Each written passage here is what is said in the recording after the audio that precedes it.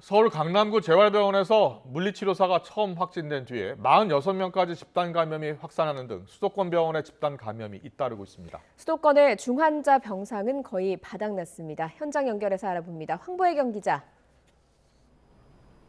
네, 서울 강남구 병원 앞에 나와 있습니다.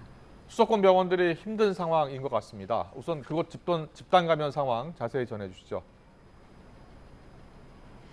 네, 이곳 병원에선 상태가 악화한 확진자를 다른 병원으로 옮기려는 구급차들이 계속 드나들고 있습니다. 가까운 경기 평택시에 있는 병원에서부터 또 저 멀리 대구에 있는 병원으로까지 옮기는 경우도 있었는데요. 이곳에선 지난 19일 병원 물리치료사가 처음 확진됐습니다.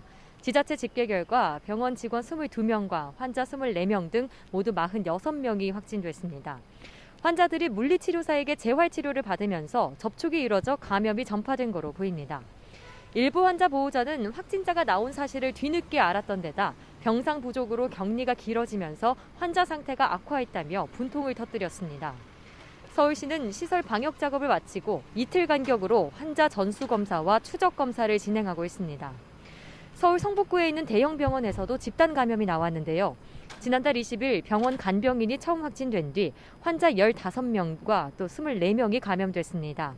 종로구 어르신 돌봄 시설 관련 15명, 경기 고양시 요양원 관련 19명 등 어르신이 머무는 시설에서 감염이 계속되고 있는데요.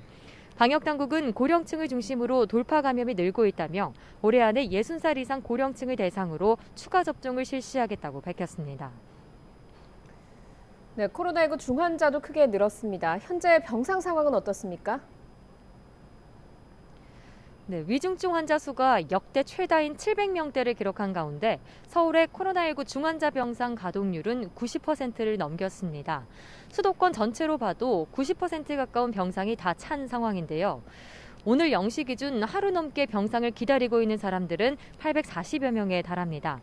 이처럼 의료 대응이 한계에 다다르면서 방역당국은 재택치료를 기본 방침으로 하고 있는데요. 한 달 새 3배가 늘어난 1,174명이 현재 재택치료를 받고 있습니다. 정부는 재택치료 키트를 포함해 의료 인력과 심리 상담도 지원하겠다는 방침인데요.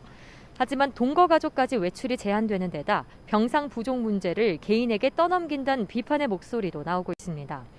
지금까지 서울 강남구 병원에서 YTN 황보혜경입니다.